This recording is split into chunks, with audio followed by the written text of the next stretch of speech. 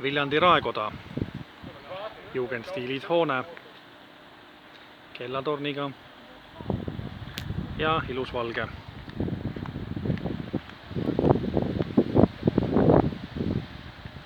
Küllaltki tänapäevane ehitis. Ja siin ka veetorn veel kord.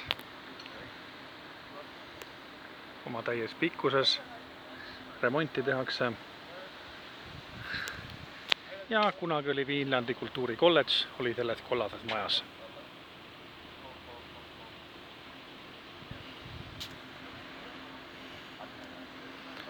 Aga siin veel ka eemal ka veel Laidonéri plats.